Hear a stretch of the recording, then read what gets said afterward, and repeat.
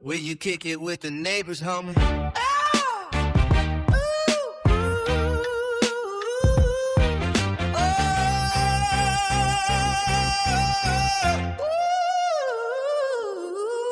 Smoking weed at the crib, sipping brew. That's how we live. Let's go, neighbor. Come on through. Roll the blunt, crack a few.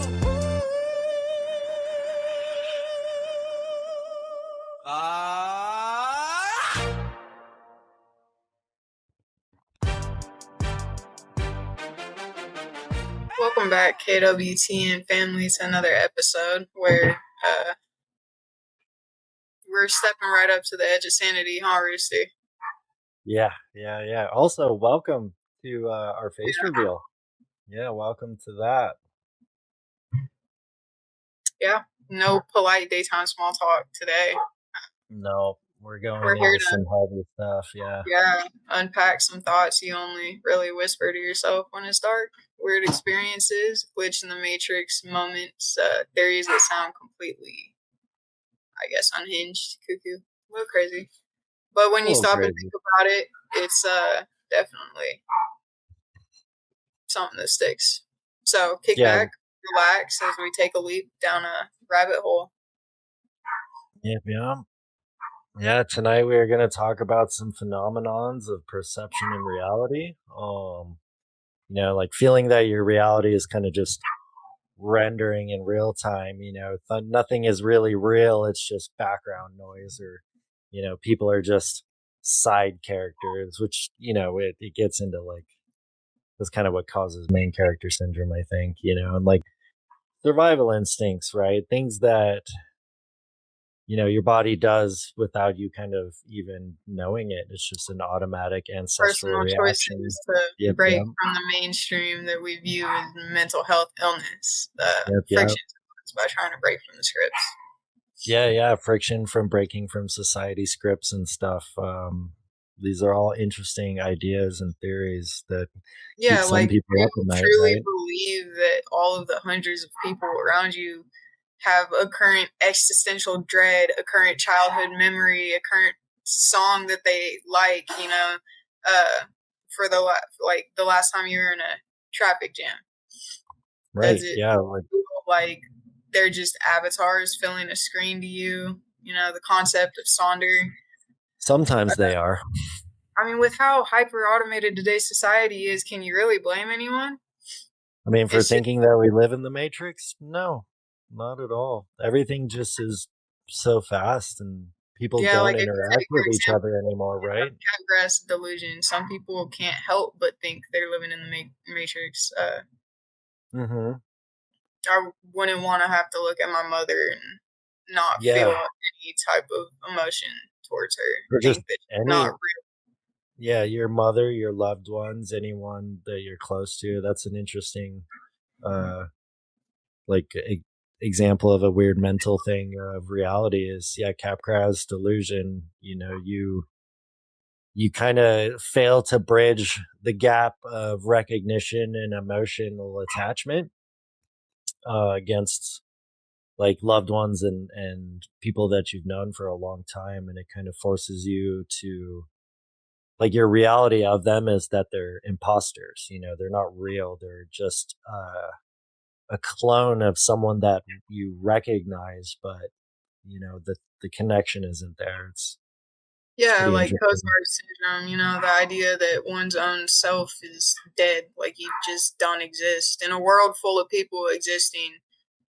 You don't, or maybe you're immortal. It's just the mental illness there. And it's like either you're dead or you have a god complex, or even weirder is thinking that you are missing like blood or organs and stuff. That's pretty wild, right? But just like Capgras and that, Cotard's deja vu proves that our perception of time and just reality in general is not direct. It's curated. We're left vulnerable to any slight lag in, let's say, a processing wire, because that is what our neurology is. It's a processing wire, or it's bioelectric wire chart. It's unpredictable and wild. Yeah, actually, there's the the common misquote, right? You only use 10% of your brain. I think that's been misquoted. I believe the original is we only know what 10% is actually used for. Um, there's a lot of background processes that go on in all of our brains, and a lot of it's chemical and electric. It's not the same for everyone. Everyone's reality and perception is slightly different, but they collect into kind of groups, like we'll touch on a little later, right? Yeah, for sure. Like what are some of the mental strategies you use to give yourself a slight common Oh, ground when things get well, unbalanced? I mean, right? I have like PTSD, and like you have diagnosed, mental health things from my time in the Middle East and whatnot. These days, and it's been a long journey to kind of find these, find what works for me and find what doesn't.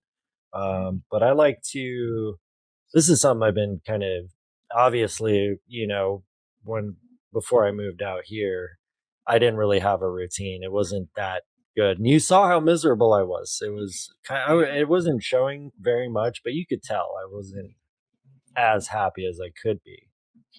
Yeah, But I feel like if there. yeah, I'm getting there. I'm working on it. A routine works. I have coffee every morning on the porch and stare off into the sunrise, and hang out with my dog while I enjoy a nice little slow coffee and cigarette. That's very calming, and if you do it every day repetitively, it becomes a habit, right? Every morning I open all the curtains in the house, and at night I shut them all. It's just like little things that kind of bring you into line. Like it makes you feel like you're part of reality. You have these little things that you do throughout the day, right? Dishes after you make breakfast, making breakfast. I like I like to go outside. And this is something you would always see me do. I would go out barefoot on the grass. It's called grounding, right? You take some deep breaths of fresh air. You let the sun touch your skin. You get some vitamin D. You get fresh air. You have your feet on grass, dirt, whatever, not synthetic or concrete stuff, but like earth. You know, it kind of grounds your body back to the planet. Um, Yeah, and it's nice. Take a little walk outside. You get to see cool things. And then you got to enjoy the little things as well, like the coffee or we always look, and we're programmed and we're fed um like drama. We're fed, oh, this is going on, it's bad, you should feel bad, or you should be afraid, or it's constantly in our face, doom scrolling and all this stuff. It's just what's out there. um But yeah, for if sure. you're always looking at that, you're gonna see it all the time. But if and you completely miss the little wins in life, right? Like, for instance, when you're going somewhere and you're looking for a parking spot, and right when you get there, someone leaves right as you roll up, bam, free parking spot right there, right when you need it. That's a sweet time, and you could be like, "Fuck yeah," you know. Yeah, Um, or just like the smell of fresh laundry, right? It's a nice feeling. You're like, yeah, my clothes are clean. Excuse you. yeah, Or chilled melon on a hot day, right? A nice pair of socks. Simple things that make you feel better, that you might always overlook if you're constantly in this idea of like, everything sucks. I'm miserable, blah, blah, blah, blah, blah. You got to look for your happiness as well, because it's hmm too easy to just fall into that mindset of everything sucks, right? yeah. You need to It's not. acknowledge reality. Stop wishing that reality was different from right now. Drop the struggle. Stop fighting facts. It wastes critical energy, emotional It does. energy that you need to survive, especially in today's modern society. It does. Um, and have a neutral mantra. Like, it is what it is. As badly as it sounds, it's the truth. And the only thing you can rely on anymore is the truth. And you need to have that inner peace, and you need to know it for sure inside of you.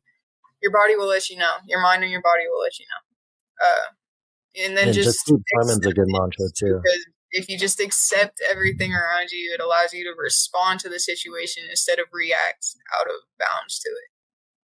Because let's be honest, in the heat of moments, we all tend to react a little bit wildly. Yes. Yeah, emotional reaction is pretty common, and it is something that requires effort.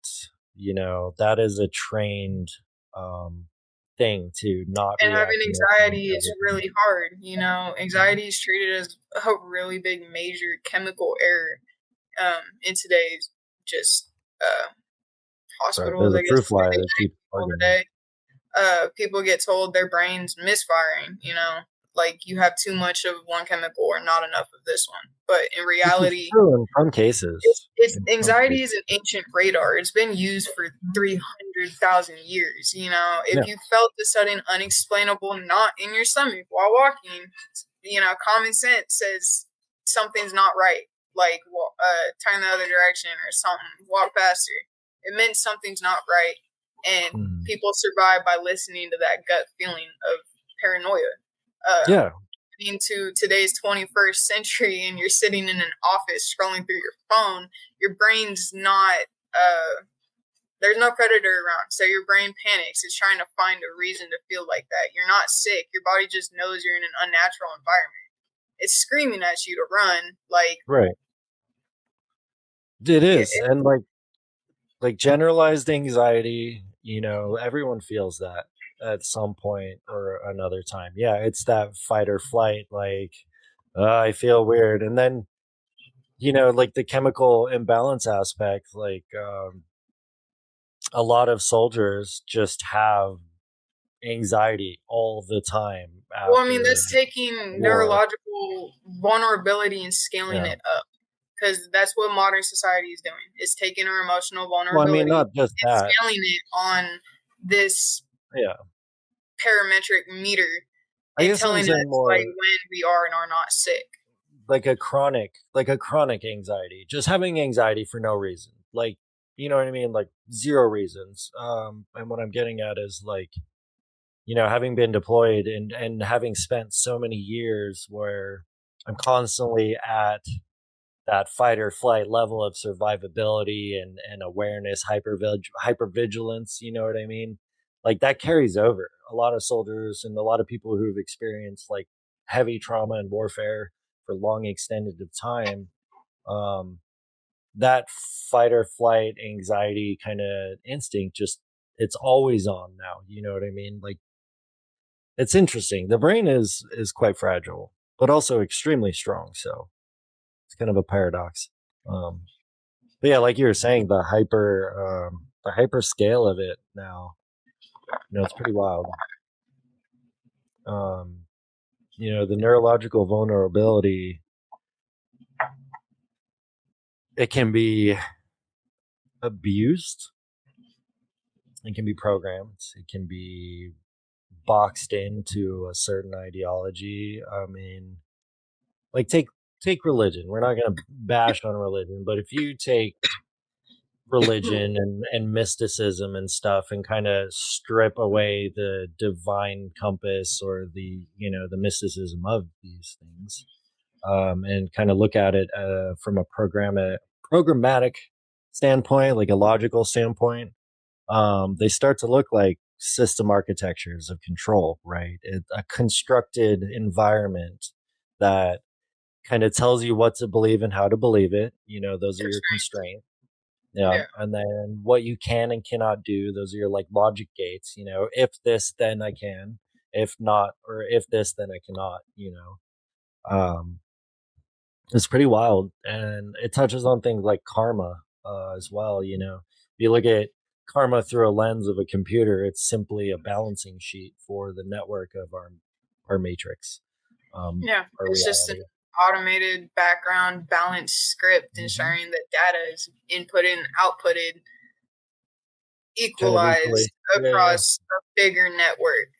Most traits that are known as psychiatric or physical disorders were originally our most vital survival adaptations.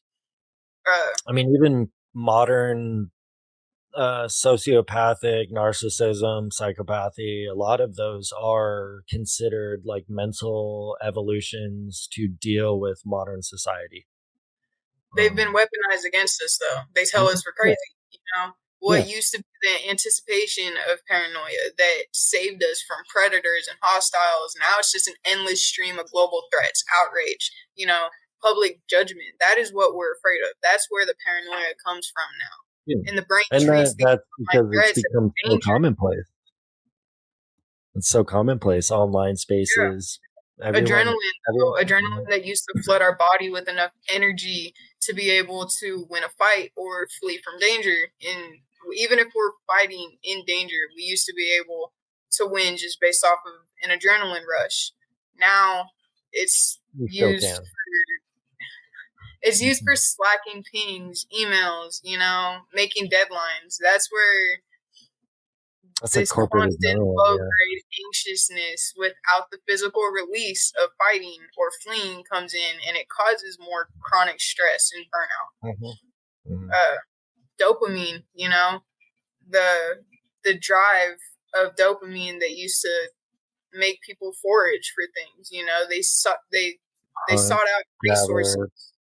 Yeah, you know, dance and fall in love, whatever. Yeah, now it's just so in your face. It's a bottomless reservoir of highly engineered digital validation and shock. It's a culture shock. It really is. It's an online culture shock, and that's where the drive is now.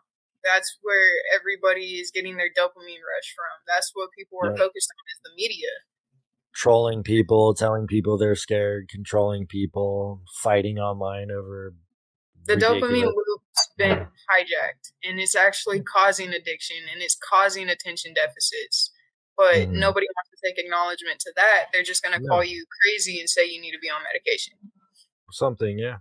Yeah, because, I mean, with how easy it is to get any sort of dopamine rush, you know, video games, Tinder, swipe, you know, like, let me find the next fun thing to do.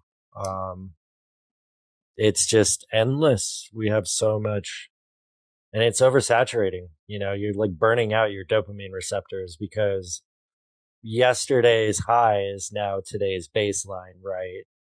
So people are just kind of constant, and that's why there's like real burnout on doom scrolling. Yeah, you got to take it easy. Listen to the song, you know? This is why people are aggressive and angry, because they spend they're terminally online, swimming in just disdain and hatred and fighting and stupidness, right? Also, nobody's afraid to be cast out. Like, we have a high mindset, but with the modernization of today's society, everybody's kind of just learned to be a lone wolf. They accept it. Yep. All that super hyper independence, which it's sad because it's proven. Like, if you want to talk about, like, it's proven we have hive mind, it's also proven we can't survive without the hive. We can't. Society was built with multiple people. No one human being. Like, you could say, sure, like, let's say Alexander the Great. He was one person. He conquered most of the known world. But did he do it alone? No. He had thousands of people backing him up. The subconscious now just interprets everything we're doing that way. You know, we're living alone. We're interacting through screens. It's unhealthy. It's not good. Yeah, we're interacting your through recognition software isn't necessarily glitching when you feel overwhelmed by anxiety or screen addiction.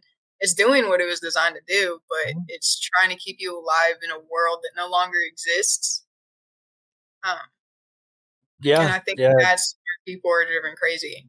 And, you know, what about reincarnation? Like we were talking about earlier, immortality, people thinking they're dead. Like, from a logical standpoint, it's a resource recycler, right?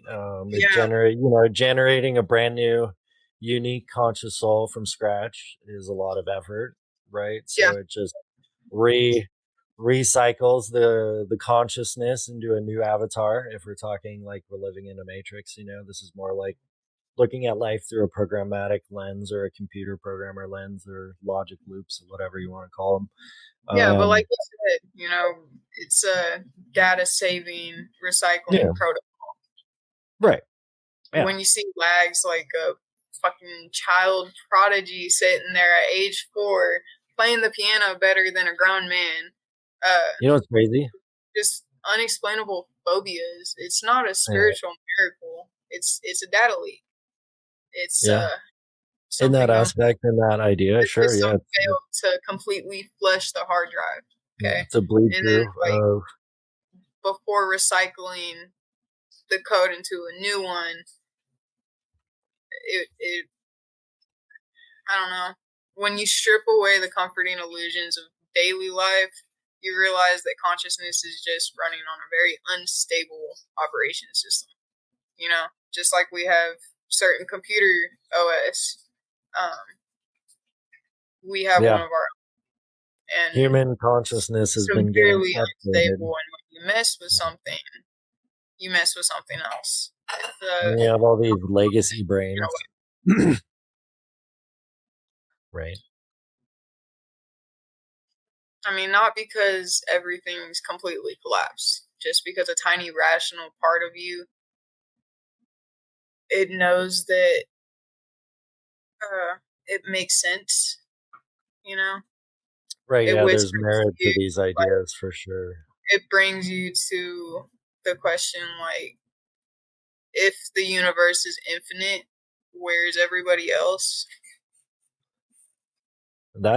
Why haven't we made open contact with extraterrestrials? And the answer questions, the standard scientific answers we talk about, the speed of light, vast cosmic distances, rare Earth theories like the Fermi paradox, or rare Earth is a theory, and then so rare Earth is the theory that Earth is literally the only populated planet in the galaxy. We are just the anomaly. We're a rarity. It's like, what if the universe is crowded, but we're just trapped in a quarantine zone of localized reality? That's like some weird quantum stuff. We know we have black holes in our galaxy. We already know how easily our realities can be deceived, though. Yeah. I mean, our brains get tricked by pictures in books, chemically or otherwise. What if the controllers think about all the dialed back our collective emotional and sensory radar on a cosmic scale? Think about the phenomena of UFO sightings or sleep paralysis entities. When people witness those specific things, they're not looking at visitors from another galaxy. They're just experiencing a brief, localized failure in the brain's filtering software. The neurological bridge, it slips. The background textures blur. For a fraction of a second, the rendering engine fails.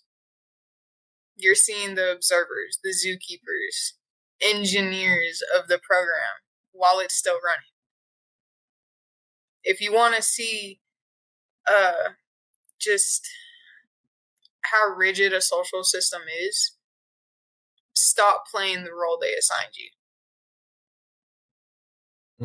Yeah. The moment you decide to break those patterns, your environment's not going to celebrate it. Yeah. They treat you like you're kind of an enemy almost. Not really an enemy, but like think about a medical emergency. They're going to tell you that you're not acting like yourself. Like you're sick. But what they mean is you're no longer reacting how they want you, or they're not the buttons that they used to push, and that terrifies them. So, I guess to outgrow toxicity, you have to be willing to let people think you're crazy. You can't be afraid to be the outcast. No. They're going to make you think you lost your mind either way. Yeah, have free will, Don't stay in friend groups that don't help you grow. Or, Yeah. become if you have a decision to make and you want to change your life, and you're getting, like we've talked about in the past couple podcasts, like breaking free from the control of others over your life, essentially. Um, it's a It's struggle, and you become if you want to be honestly, truly who you are going to shed people. You will shed people. They will not, they just won't vibe. Like you got to think about it like you are kind of like an organism in a larger existing organism. Your friends group or your families and stuff. And when you start to change, you start to break homeostasis, because that's like balancing, pure perfect balance of the organism, of nature, whatever. Um, the body will reject that organism or try to drastically change in what they're doing to kind of bring them back into the fold, right? So, they don't want you to be an individual. They don't want you to break out from what the group is doing. Um, yeah. it's You're you're a I've seen it single a cell lot. trapped inside a larger living emotional unit. Whether Yeah, it's your biological family or its friend group, system functions exactly like a biological organism, no matter what. more or less. Ultimate God being homeostasis. The The ultimate system's goal being homeostasis. no, because the system's subconscious drive to maintain absolute stability at all costs comes from homeostasis. Yeah, It that's doesn't the goal. care if the balance is healthy, toxic, miserable. It only No. cares if the balance remains unchanged. So that's active all the time. Yeah. Every person in the group is assigned a rigid role, whether it be the achiever or the scapegoat, caretaker, a peacekeeper, you know, as long as everybody plays their roles, their assigned part, per se, the matrix runs smoothly. But the moment you rewrite your life, the moment you attempt to rapidly change your behavior in any way, heal your trauma, or enforce like a boundary with somebody, just drawing the line in the sand, you threaten homeostasis. Mm-hmm. So organisms will react. When you step out of that assigned role, the group mind doesn't sit back and celebrate your personal growth. It experiences your evolution as a systemic emergency. It's I don't know. It takes action. It's not gonna um, necessarily attack you out of malice, but it No. attacks you to force you back into your original box. So the Yeah, machine it's like will stop glitching. it's like it's like an autoimmune response, right?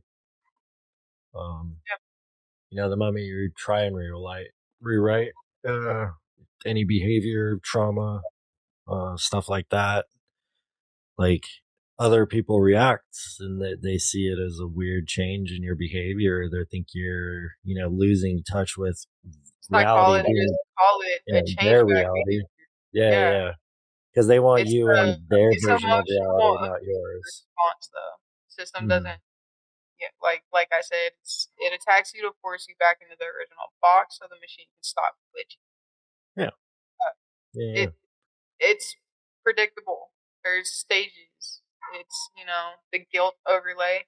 Oh, Yeah, you you don't changed. care You about don't us care about anymore. us anymore. If that fails, Mm, like it's oh, you don't the remember gaslighting it the right begins. way. Yeah, Like you don't remember you're things correctly. This misremembering isn't the how it past. It happened. never happened that bad. It wasn't that bad. It never happened.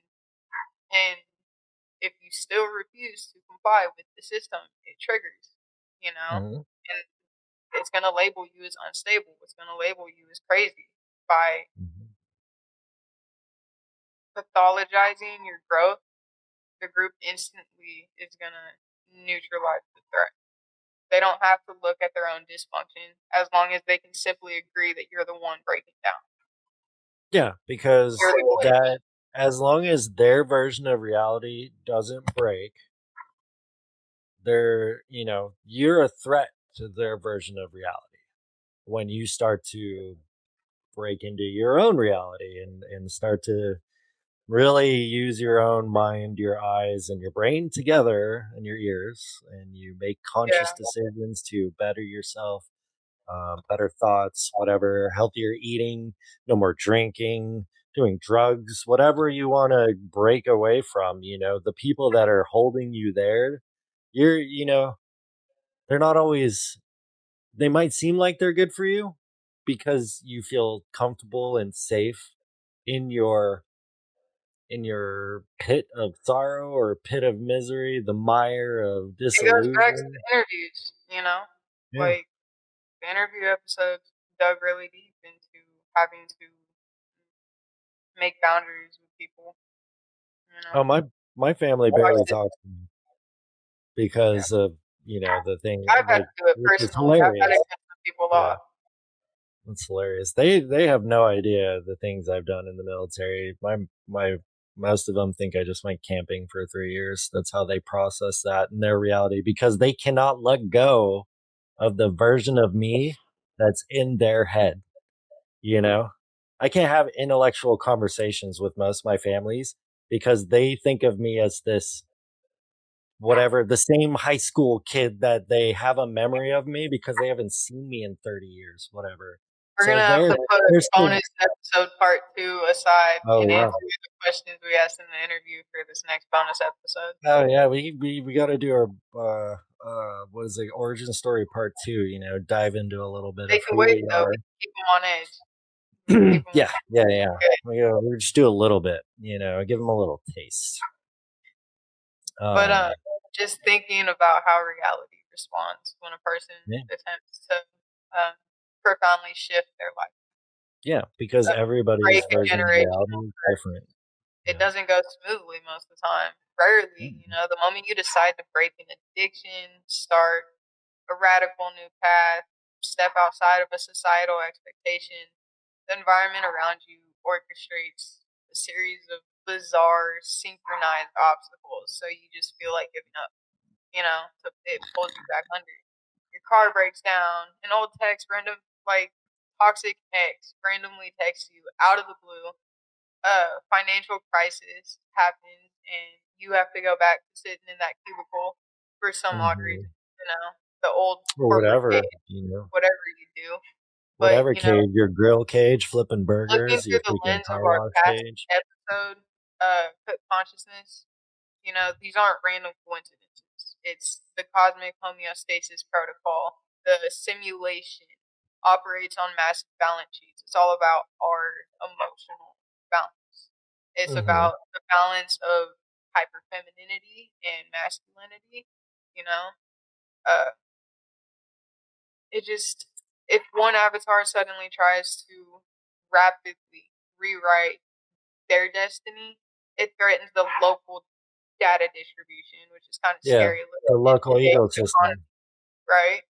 It And threatens the local it ecosystem. threatens the system, So they think deploy about that on a large scale. environmental change back, Um, which is bad lucks, social friction. It forces you back into a predictable uh, routine, calculated, as some would say, mhm. because it leaves the questions like, why are our brains so like exquisitely sensitive to these changeback behaviors, these changeback protocols? Why does a single judgmental comment from a parent or a childhood friend, why does it have the power to fucking shut down months of therapy Work, or yeah. counseling or psychiatry, sends you back unraveling and spiraling as, you know, At a core level, it I think lets it's just teenage emotional attachment. insecurities slip through. Yeah. It does a lot to different people. And Mhm. uh, Yeah, it's pretty looking back wild, at right? the ancestral side of it, the ancestral savannas, it was all about tribes. It probably still is. They have a lifestyle conditioned for survival. Right. If Yeah, you like get if you cast out, you die alone. if But you change or you go against the tribe, you get cast out, and then you're dead. right, so Or you're a super cortisol awesome and you spike from don't. the social rejection was like, okay, shit, I need to fix this immediately, or I'm gonna freeze to death or starve to death. In Hmm. the modern world, we're sitting on a comfortable couch, nice and cozy, fully capable of surviving financially and physically on our own. But when a family or just organism system matrix deploys a change back method or protocol, uh, the guilt trip starts. You Yep, know, they guilt you. our They try to tell hardware you who you are. processes that little, let's say, text message as a literal fucking death sentence. Like your Hmm. brain overclocks, treating a boundary dispute like a physical Oh, predator, I like running know. away Yeah, from a lion. I still know fully grown adults that do not have their own ability to make decisions without their parents interfering or telling them what to do. They are not their own person. They're not their own person. They are 100% still the child of their parents, and they will only do and listen to what their parents say. It's cool to get guidance. It's cool to get wisdom. That's what your parents are for. As you grow older, you ask them questions, but they do not dictate your reality, right? And a lot of people fall into the trap where their family is what dictates their reality because they were conditioned, programmed to this is the family, this is what you have to do. Without it, you will not succeed, you will drown, you will die, and that goes into The like system the wins because yeah, the your system. biology is terrified of the dark wilderness outside of the mind, outside of the mind. We love to talk about freedom, self actualization, uh, you know, breaking the mold, breaking free. Yeah. But the cold truth, the psychology and neuroscience is that we're deeply tethered to emotional grids of the people around us. Oh yeah. No, I True growth isn't about changing your mind, it's about surviving emotional warfare of a system dragging you back into the matrix, per se. yeah. Next time Yeah. you're trying to set a boundary and the world tells you that you're crazy, your software isn't glitching. You just triggered the system's alarm bells. You're Yeah. attempting to become a real soul in a world that prefers you as background text. Straight You're up. just code. You're code in a bigger digital network. You're the lady in the red dress, and don't you do anything but be the lady in the red dress. And if you try to be something other than the lady in the red dress, they're going to delete you. Yeah, you know. Little Series that Matrix really makes throwback there. Great movie. Love it. For real though. Yeah, honestly, don't be afraid to trigger that system, Fight the yeah, good power. luck with the rewrite. Yeah, good luck with that. It's a struggle. I've been doing it for a long time and no, don't get me wrong. I have amazing and solid people that I can still always talk to and connect with. But in doing the freedom, the break, the building your own reality based on real truths and honesty with who you are, what makes you happy, and also just not being a complete effing prick to everyone around you, realizing that they too themselves are also people going through their own complex lives. You're going to cut the fat. You're going to cut the fat from your life, and the fat being people that don't serve you, and not Yeah, you, the serve this your is reality. honestly a deeper explanation into uh, breaking free, broke free. Now what? Find your balance. Just every episode this past season has really been about mental health in some Yep. way, shape, or form. Like, yeah, most of them were happy, happy, joy, joy, stunner-tastic episodes. I love that But you episode. It rock was with so it. fun. Yeah. Um, this one was a little bit on the darker side. A little bit. Yeah, we talked about some cool. Okay, I want to go back to the Fermi's paradox because I know we talked about it a little bit ago, but we were just kind of chugging along. I forgot what episode we brought it up. Maybe I think it was maybe the alien episode we did. Space Out. That was a really Yeah, good Space one. Out. So,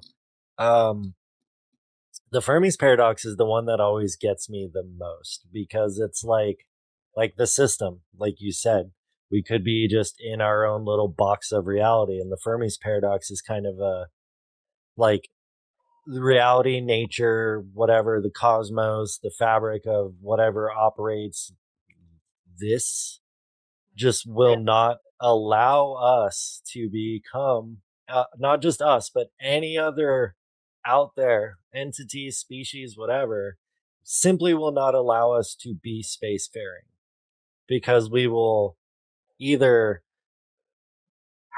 in the pursuit of the technology to do these things destroy ourselves.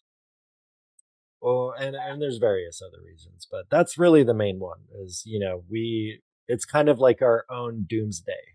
We're all just running on the clock, and eventually that clock is going to hit midnight, resetting the day.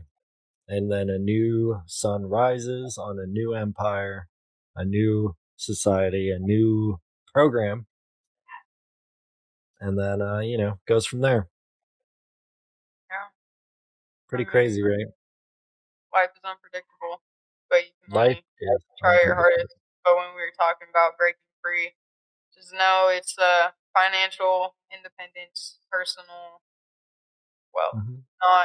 not financial wealth, financial independence, but personal growth, personal wealth. Yes.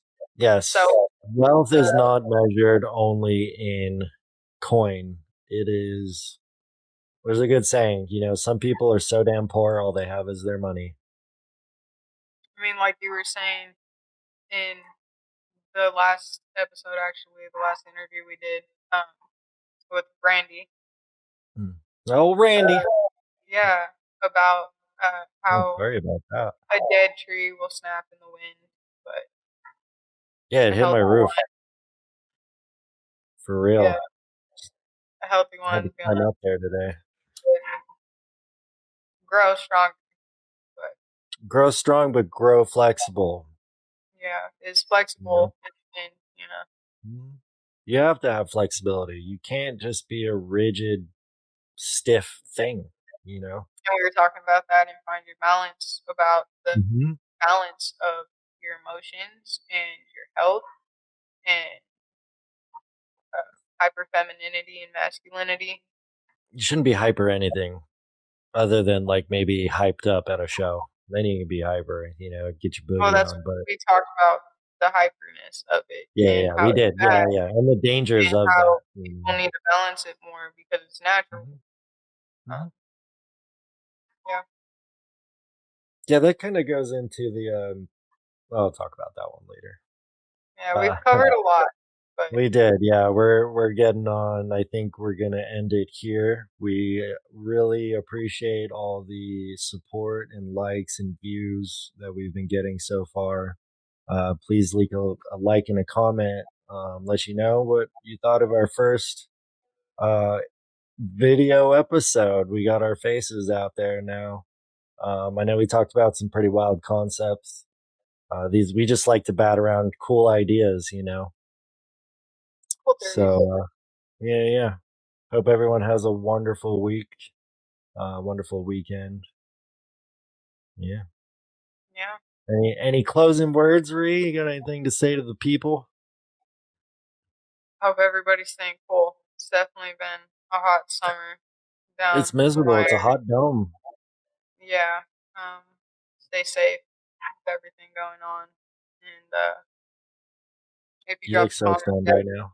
give us some more ideas, some more theories. And I look what? I said you look so stoned right now. I'm tired. Your eyes are a word I can't say. Otherwise, we'll get canceled. I'm tired. Yeah, too. It's been a busy month for both of us. So anyway, Look forward to hope more everybody episodes. enjoyed episode 15. Yeah. I know we're not really releasing episode numbers anymore, but this is Yeah, another this is the goal. about the end of our first season, I guess, right? I mean, we have a couple more months. Yeah, true, and we'll be doing video from now on. Yeah, might change it up a little bit, but hopefully. Yeah, we're dialing in our spaces because like we talked about, we both moved, and so now we're dealing with the logistics of that. So bear with us. Yeah. It's always progress, right? Always progress. Yeah. Anyway, y'all have a wonderful evening. Re logging off. Oh, I'm not signing off. I'm just kidding. I'm out. Have a good one, everyone.